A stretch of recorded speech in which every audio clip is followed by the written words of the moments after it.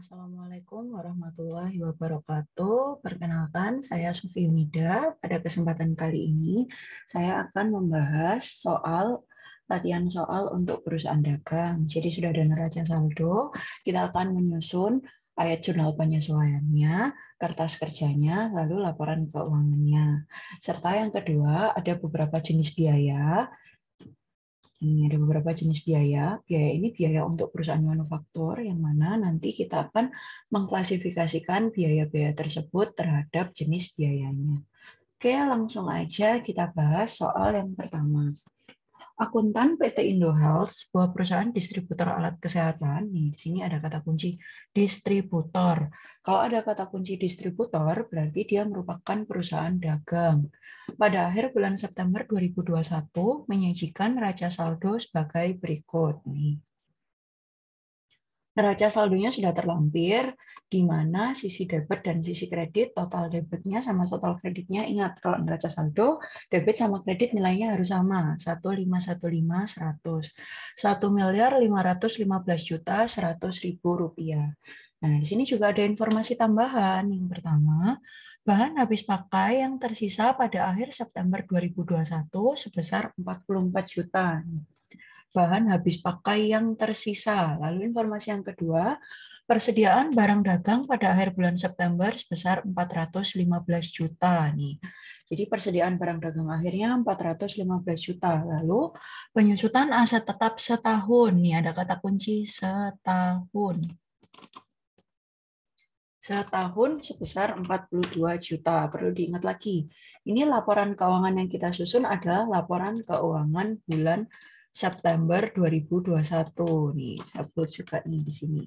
September 2021. Berarti laporan keuangannya merupakan laporan keuangan periode bulanan, bukan tahunan. Sehingga jika penyusutannya untuk 1 tahun, maka harus kita sesuaikan. Kita hitung berapa besar penyusutannya dalam periode waktu 1 bulan. Nah, berdasarkan data tersebut, buatlah yang pertama, ayat jurnal penyesuaian. Yang kedua, kertas kerja neraca lajur 10 kolom untuk PT Indohealth per bulan September 2021. Yang ketiga, laporan keuangan PT Indohealth September 2020. Kalau kita belajar di kelas, di PA, selama ini yang sudah kita pelajari baru 3 jenis laporan keuangan. Yang pertama ada laporan apa? Ayo kemarin di kelas. Yang pertama ada laporan laba rugi. Yang kedua ada laporan perubahan ekuitas. Yang ketiga ada laporan posisi keuangan. Atau beberapa buku masih menyebut dengan istilah neraca. Tapi ingat, di PSAK nomor 1 sudah tidak dikenal lagi istilah neraca, melainkan menggunakan istilah laporan posisi keuangan. Langsung aja kita susun ayat jurnal penyesuaiannya. Berarti kita buat di sini nih. Langsung di halaman kedua aja. Informasi tambahannya saya copy paste, biar nanti nggak kesulitan dalam mengerjakan. Nah, di sini. Informasi tambahannya kita masukkan. Nah, di sini kita susun ayat jurnal penyesuaian. Nih, yang transaksi A. Bahan habis pakai yang tersisa pada akhir bulan September. Yang tersisa, berarti kalau ada kata kunci yang tersisa, berarti ini merupakan saldo akhir. Saldo akhirnya harus 44 juta. Kita lihat di atas ada berapa bahan habis pakai. Nah, bahan habis pakainya ada 52 juta. Berarti yang kita jurnal sebesar 52 juta dikurangi 44 juta. Bentar.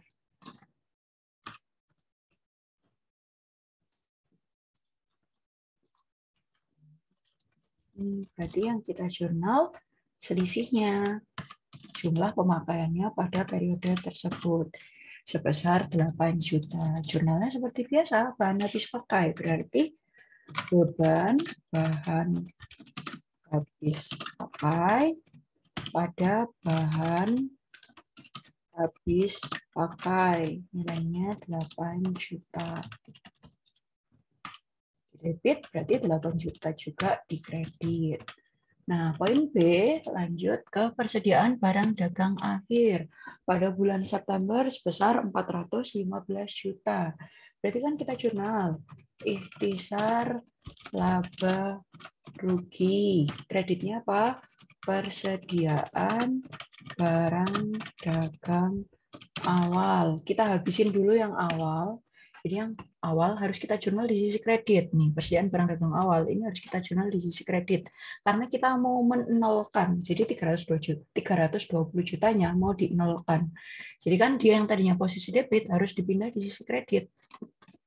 320 juta. Nah, terus sisi kredit. Terus sisi kreditnya kan barang persediaan barang dagang awal. Terus sisi debitnya apa? Di sisi debitnya lawannya persediaan barang dagang akhir. Ini sebesar nilai penyesuaiannya 415 juta. Kreditnya apa? Kreditnya sama ya, ikhtisar laba rugi. Nilainya sama 415 juta. Ini untuk poin B. Jadi poin B ada dua jurnal. Jurnal yang pertama adalah menghabiskan saldo awal, lalu jurnal yang kedua adalah menambahkan saldo akhir. Tuh. Terus selanjutnya poin C nih, harus kita jurnal juga. Penyusutan aset tetap setahun sebesar 42 juta. Tadi perlu diingat kalau laporan yang kita susun bukan merupakan laporan tahunan, melainkan laporan periodik. Berarti harus kita bagi. 42 juta kita bagi dengan kita bagi dengan 12. Nah, di sini 420 juta dibagi 12. Nah, kebanyakan nolnya. Nah, per periodenya ternyata per bulannya penyusutannya sebesar 3.500.000. Itu berarti langsung kalau penyusutan jurnalnya gimana? Penyusutan jurnalnya selalu sama. Beban penyusutan itu apa yang disusutkan? Aset tetap.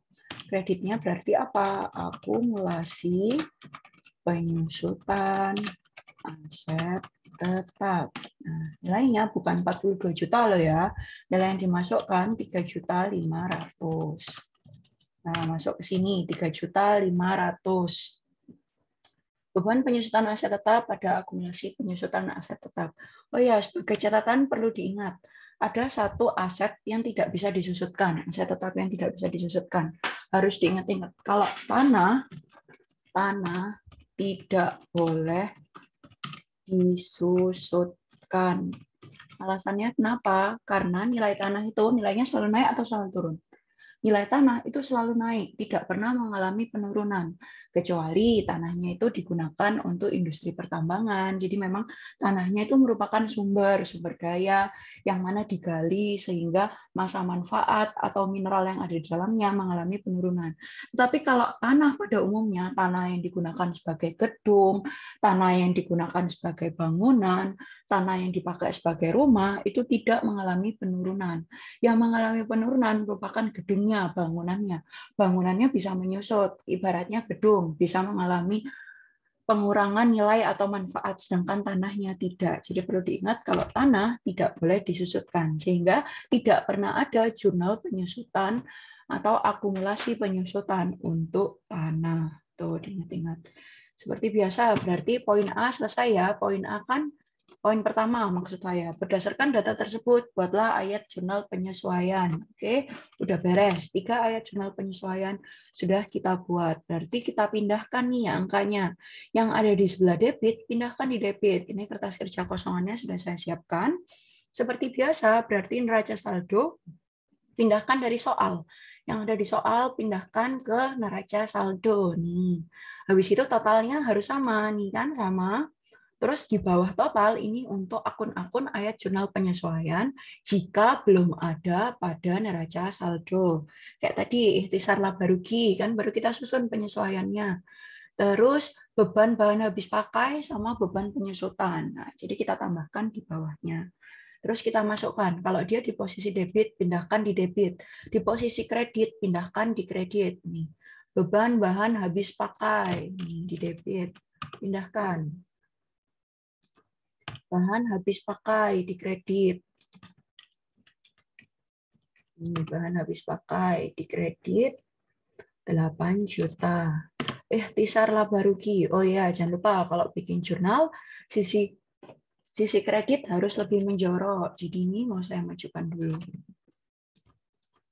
Nah, di sini kan kreditnya agak lebih maju. Nah, terus ini ikhtisar laba rugi. Ada di dua posisi, di sisi debit dan di sisi kredit. Masukkan dua-duanya. Yang debit 320, yang kredit berapa? Yang kredit nilainya 415. Ini. Habis gitu persediaan barang dagang awal sama persediaan barang dagang akhir. Berarti kita masukkan persediaan barang dagang awal. Yang ada di debit adalah persediaan barang dagang akhir. Berarti yang kita taruh duluan persediaan barang dagang akhir.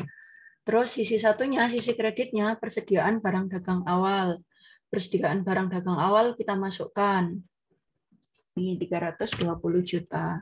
Nah, kalau gini nanti 320 jutanya ini hilang. Sisa 415 juta yang merupakan saldo akhir. Lalu bahan habis pakai. Bahan habis pakai nilainya berapa? Nih. Mohon maaf, ini saya salah posisi, harusnya di sebelah sini. Maaf, ini harusnya di bagian jurnal penyesuaian, bukan di neraca saldo setelah penyesuaian. Berarti ini persediaan barang dagang akhir, persediaan barang dagang awal. Nah, terus habis gitu, ini terakhir beban penyusutan dan akumulasi penyusutan. Kalau beban kan selalu di debit, pindahkan. 3.500.000, akumulasi penyusutannya pasti di kredit. 3.500.000. Ini pindahkan. Nah, ini totalnya harus sama. Kita total dulu di sebelah sini. Totalnya berapa? Ini kita total, ternyata nilainya ada 746.500.000. Berarti jurnal penyesuaiannya kalau ditotal nilainya harusnya juga sama. Kalau udah benar. Kalau misal belum sama, berarti ada akun yang masih belum terjurnal. 746.500. 746.500 sama, berarti udah beres. Terus kita susun neraca saldo setelah penyesuaian. Neraca saldo setelah penyesuaiannya berarti kalau debit tambahkan sama debit, kalau ada akun debit sama kredit dikurangkan. Nah, ini kan berarti 320 ditambah 415 dikurangi 320. Nah, ketemu kan saldo akhirnya nanti nilainya 415 juta. Sudah sesuai dengan informasi yang ada pada ayat jurnal penyesuaian. Terus aset tetapnya kita pindahkan. Mohon maaf, bahan habis pakai ini. Bahan habis pakainya 52 juta, penggunaan periode ini 8 juta. Berarti kan kita kurangkan nih. Saldo akhirnya 44 juta, tuh kan sudah sama dengan informasi yang ada di ayat jurnal penyesuaian. Terus aset tetapnya 321 juta akumulasi. Karena sama-sama di sisi kredit, maka kita jumlahkan. Langsung dipindah biasa. Nih, dividennya di debit, berarti kita pindahkan di sisi debit. Yang di kredit, kita pindahkan di sisi kredit. Nah, ini dipindahkan. Kita pindahkan. Ingat, totalnya nggak perlu dipindah loh ya. Nah, terus kayak ikhtisar laba rugi nih. Kemarin waktu saya mengoreksi, itu ada dua jawaban. Sebenarnya ini sisi debit dan sisi kredit, kita pindah dua-duanya boleh. Karena kan ikhtisar laba rugi itu, laba dan rugi itu bisa ada di sisi debit dan bisa ada di sisi kredit. Jadi kita pindah dua-duanya boleh. Tetapi kemarin ada beberapa mahasiswa yang memindahkannya Seperti ini, dikurangkan. 320 dikurangi 415, besar mana? Oh, besar 415, berarti 415 dikurangi 320. Karena yang lebih besar di sisi kredit, maka sebagian mahasiswa menjawabnya seperti ini. Itu juga boleh. Cuman kendalanya, kemarin kan ada pertanyaan, berapakah total ini, total neraca saldo setelah penyesuaian. Nah, total neraca saldo setelah penyesuaiannya, kalau pakai cara ini, sama cara saya kan tadinya gini, 320 sama 415 sama-sama dipindah. Nah, itu nanti total neraca saldo setelah penyesuaian yang ada di kuis kemarin jadi tidak sama. Sehingga kemana ada dua jawaban. Yang satu total menggunakan angka ini, bentar saya pindah semua. Yang satu totalnya segini.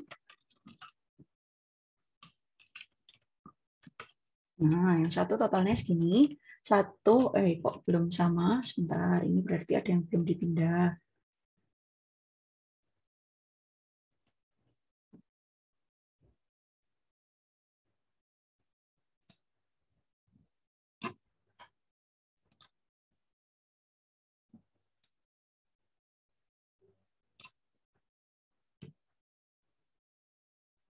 Oh, ini keliru nih. Masa beban ada di posisi kredit. Nah, ini. 8 juta sama 3.500.000. Yang satu totalnya seperti ini, 1.933.600. Ini kemarin jawabannya di ilmu, kebetulan yang saya masukkan adalah 1.933.600, tetapi bisa juga memilih tidak ada jawaban. Kenapa mereka berasumsi tidak ada jawaban? Kenapa beberapa mahasiswa berasumsi tidak ada jawaban? Karena nilai ini yang dimasukkan seperti ini. Nih, yang dimasukkan merupakan ini dikurangi ini. Nah, 95 juta. Jadinya 1.613.600. Kalau 1.613.600 jawabannya jadi nggak ada. Kalau gitu nanti dua-duanya akan saya betulkan. Jadi khusus poin yang ini akan saya jadikan soal bonus. Kalau soal bonus, semua mahasiswa akan memperoleh jawaban benar. Jadi nanti semua nilainya akan saya plus 5. Kalau di plus 5 kemarin dapat 95 bisa dapat 100. Yang dapat 70 berarti nanti bisa dapat 75. Tuh. Soal bonus khusus poin yang ini. Yang saya kuning-kuning kemarin itu merupakan pertanyaan yang ada di soal. Berapa nilai persediaan barang dagang pada neraca saldo setelah penyesuaian? Nah, ini angkanya tinggal dipilih. Kemarin sudah ada kan di kuisnya. Terus laba rugi, berarti kita pindahin. Semua akun-akun yang ada di laporan laba rugi pindahkan ke sini. Lalu semua akun-akun yang ada di neraca atau yang sekarang dikenal dengan istilah laporan posisi keuangan pindahkan ke sebelah sini. Tuh, laba rugi. Laba rugi itu isinya selalu pendapatan dan beban. Berarti kita pindahkan dari penjualan. Mulai penjualan kita pindah. 610. Ini potongannya. Pindahkan semua. Ikhtisar laba ruginya juga jangan lupa dipindah. Terus beban bahan habis pakai juga dipindah. Beban penyusutan juga dipindah. Nah, ini kalau dijumlah seharusnya nilainya tidak sama. Nah, selisihnya nanti merupakan laba atau rugi dari perusahaan. Selisihnya sebesar 1025. Ini kita kurangi sama ini. Nah, selisihnya 233. 233 ini merupakan laba bersih. Karena di sini di posisi debit, berarti nanti di neraca akan dipindahkan di posisi kredit. Nah, kalau ada saldo di posisi kredit, berarti kan dia menambah modal saldo laba. Makanya berarti perusahaan ini tidak merugi, melainkan memperoleh laba. Ini sekarang kita pindah. Saya pindah dulu, 233 ini laba bersihnya. Terus ini kan sisanya berarti akun-akun yang ada di laporan posisi keuangan. Pindahkan semua. Ini kita pindah. Oh, biar kelihatan saya freeze dulu deh. View, freeze.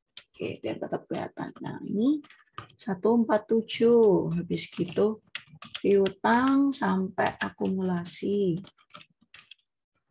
Nah, terus ini yang dikredit berarti Utang, akumulasi, kan saldonya ada di kredit toh. Laba, dividennya ada di debit, pindahkan dividen. Oh ya, mindahinnya tetap dari neraca saldo setelah penyesuaian. Berarti ini kita jumlah, seharusnya nanti ada selisih, selisihnya sebesar 233.950.000. Ini kalau kita jumlah, nah, 1.142.550. Nah, benar kan? Jadi laba yang dimiliki perusahaan sebesar 233.950.000. Jangan lupa kita pindahkan, kan ada soal menyusun laporan keuangan. Kita matikan freeze-nya, terus kita pindah nih ke, ini bukan kertas kerja. Ini bukan kertas kerja lagi toh. Ini namanya PT-nya. PT Indohealth. Ini juga PT Indohealth. PT Indohealth. Nah, nih, kan diminta menyusun 3 laporan keuangan. Berarti kita susun. Pertama itu ada penjualan. Penjualannya kita ambil dari penjualan. Nih, kita pindahin semua informasi akun yang ada di laporan laba rugi. Penjualan. Terus penjualannya itu pasti dikurangi sama potongan penjualan. Nih, kita lihat potongan penjualannya ada berapa. 6 juta. Terus returnya ada di bawahnya tadi 550.000. Ini setelah dikurangi namanya kan penjualan bersih. Ini kebalik nih akun pembelian sama penjualan bersih. Ini penjualan, pokoknya agak turun ke bawah aja.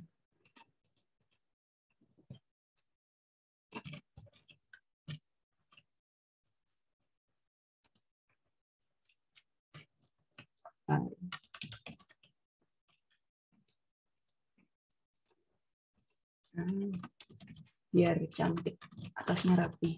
Nah, penjualan dikurangi potongan penjualan, dikurangi retur penjualan, namanya adalah penjualan bersih. Ini kita jumlah ketemu 603.450.000. Nah, karena ini merupakan perusahaan dagang, berarti ada harga pokok penjualan. Kita masukkan persediaan barang dagang awal. Nih, nilai awalnya kan 320 juta. Habis itu ditambah dengan pembelian. Pembeliannya tadi berapa? Pembeliannya nilainya ada nih 390 juta. Nah, namanya persediaan barang yang tersedia untuk dijual. Kita jumlah nih. Terus nanti kalau misal di soal ada potongan pembelian sama retur pembelian, jangan lupa masukkan di antara pembelian sama barang yang tersedia untuk dijual. Karena itu merupakan komponen barang yang tersedia untuk dijual. Pembeliannya nanti menjadi pengurang. Potongan pembelian sama retur pembelian yang akan menjadi pengurang dari pembelian. Tuh, jadi disisipkan di sini. Di antara ini sama ini diminus disisipkan. Terus persediaan barang dagang akhir per 30 September nih. Awalnya tadi kan 320 persediaan barang dagang akhirnya. Seingat saya tadi 415 juta. Benar, 415 juta kita masukkan. Terus ini waktu kita jumlah 415 jutanya ini kita kurangkan, kita jadikan pengurang. Nah, ini namanya adalah persediaan barang dagang akhir. Barang tersedia untuk dijual dikurangi persediaan barang dagang akhir, namanya harga pokok penjualan. Ketemu 295 juta. Nah, sekarang beban-bebannya pindahkan semua. Nah, ini karena tadinya itu saya rumus, terus kan saya copy paste di kertas baru. Jadi akun-akunnya kadang nggak pas, kalau gitu saya ambilkan lagi. Nih yang termasuk ke beban. Beban, ini saya copy, saya paste di sebelah sini.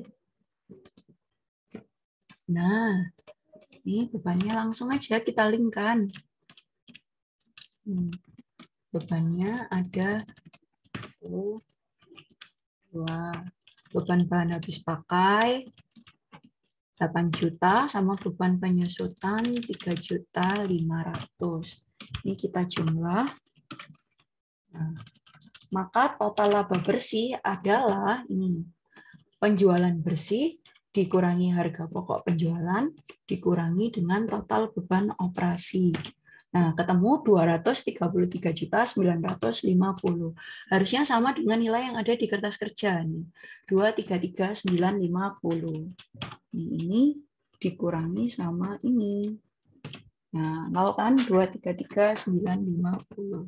Oke, itu untuk laporan laba rugi.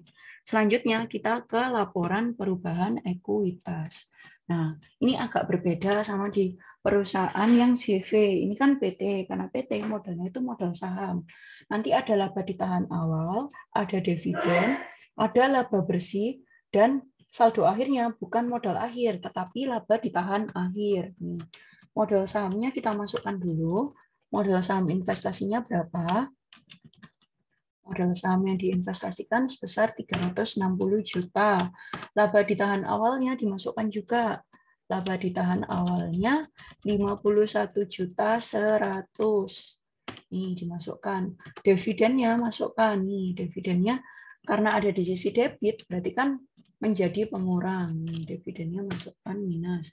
Laba bersihnya nih, laba itu kan menambah toh.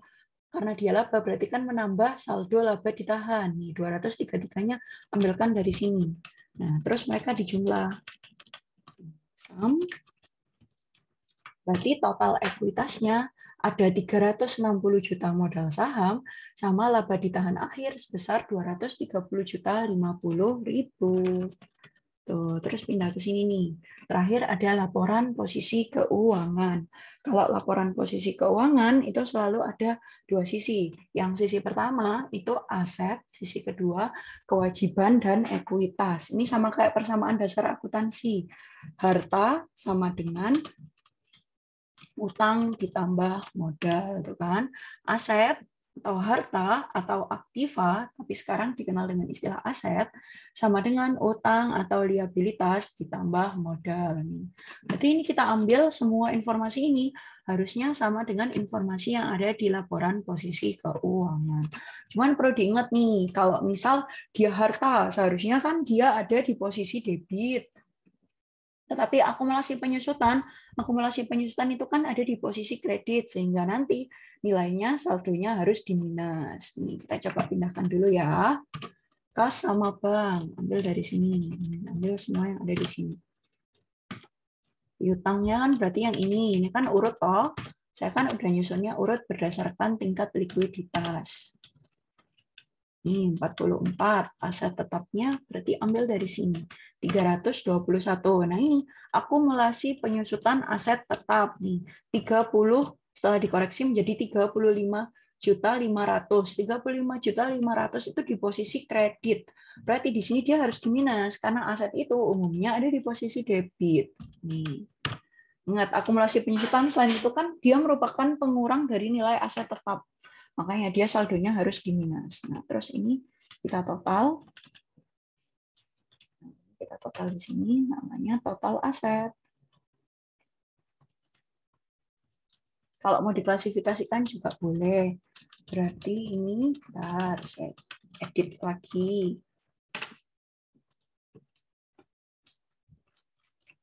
Matikan dulu rumusnya. Terus ini saya edit dulu. Mau saya klasifikasikan jadi dua. Aset lancar.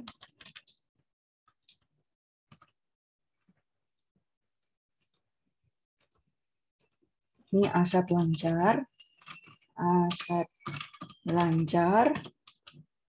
Aset lancar berarti kan isinya kas, bank, kas dan bank, piutang usaha, persediaan barang dagang, bahan habis pakai. Nah ini berarti saya klasifikasikan lagi di sini. Jadi kalau ini kan berarti ada total aset lancar, ya kan?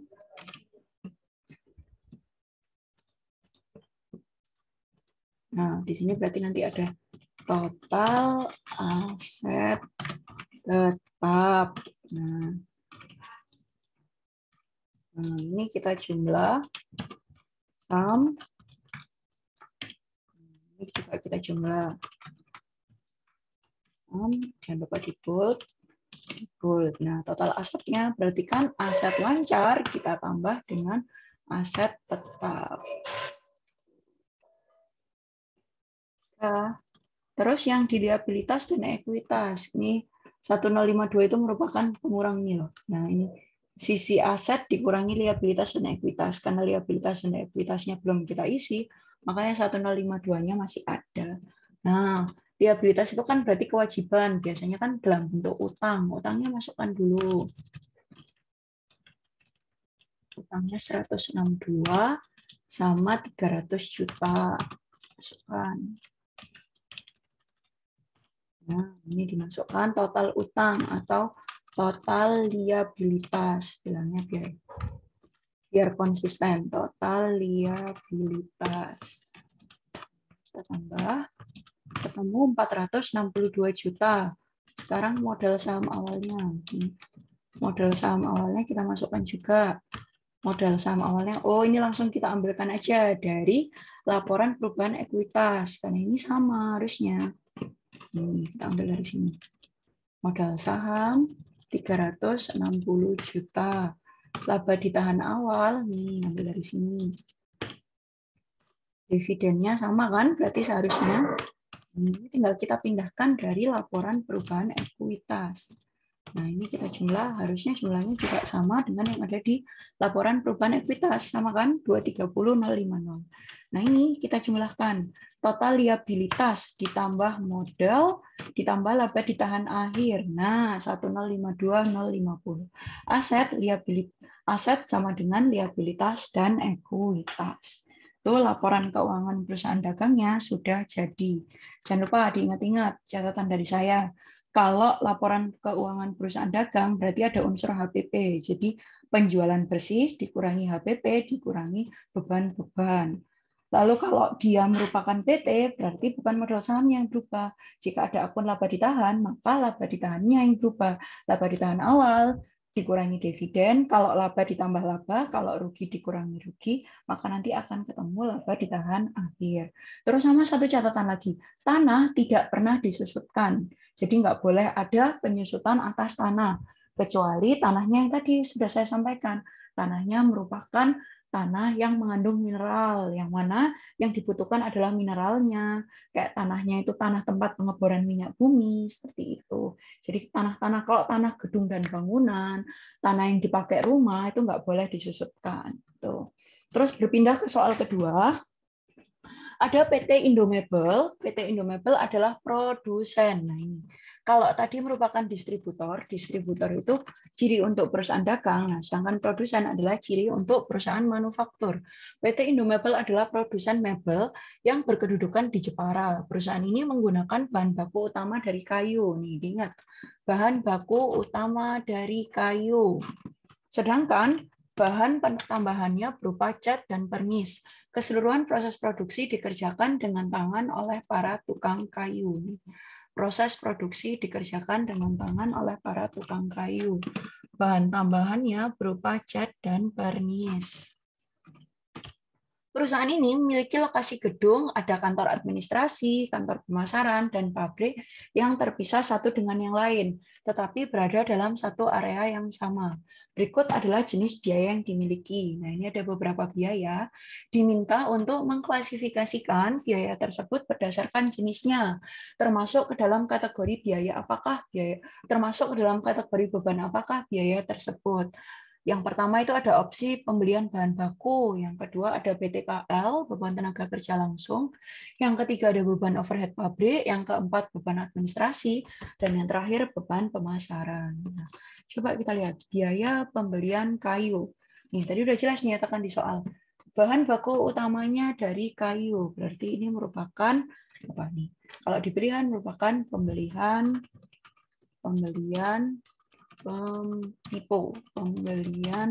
bahan baku.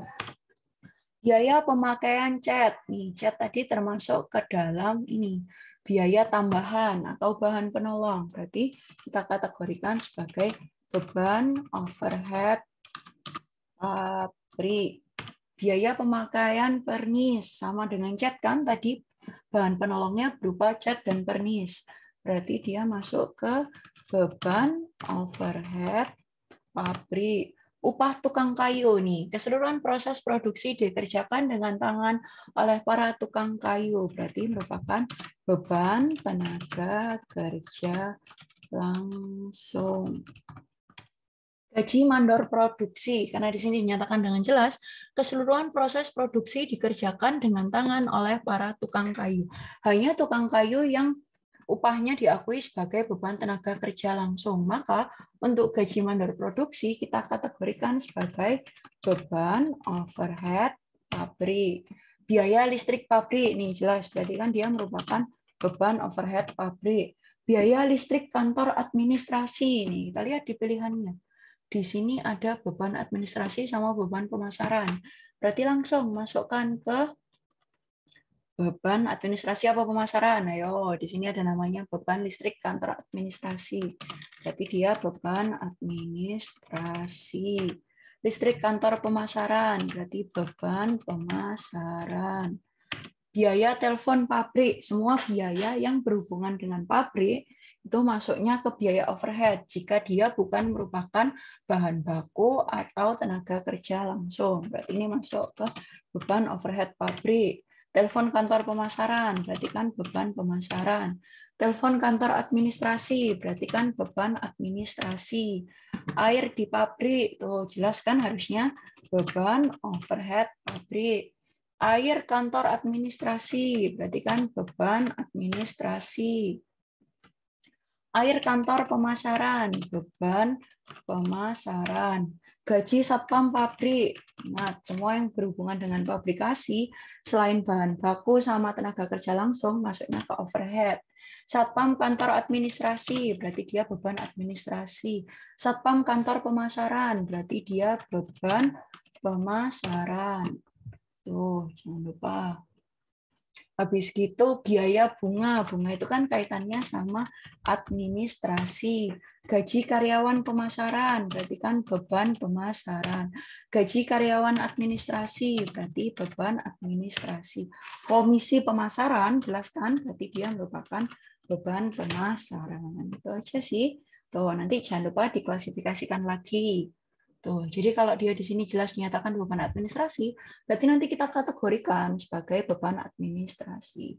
Itu aja sih soal prakuis kemarin, soal kuis pra UAS kemarin sampai belibet tolongnya. Nah, ini nanti tolong dipelajari, kurang lebih UAS-nya merupakan pra UAS ini merupakan gambaran dari UAS. Kurang lebih nanti soalnya seperti ini. Mungkin nanti jumlah transaksinya, mengingat UAS, berarti kan bobotnya harus lebih sulit, sehingga jumlah transaksinya akan ditambah. Tapi kurang lebih kalau sudah mempelajari dan sudah menguasai, insya Allah pasti bisa mengerjakan UAS. Good luck buat UAS semuanya. Sekian dari saya. Mohon maaf apabila ada salah kata. Wassalamualaikum warahmatullahi wabarakatuh.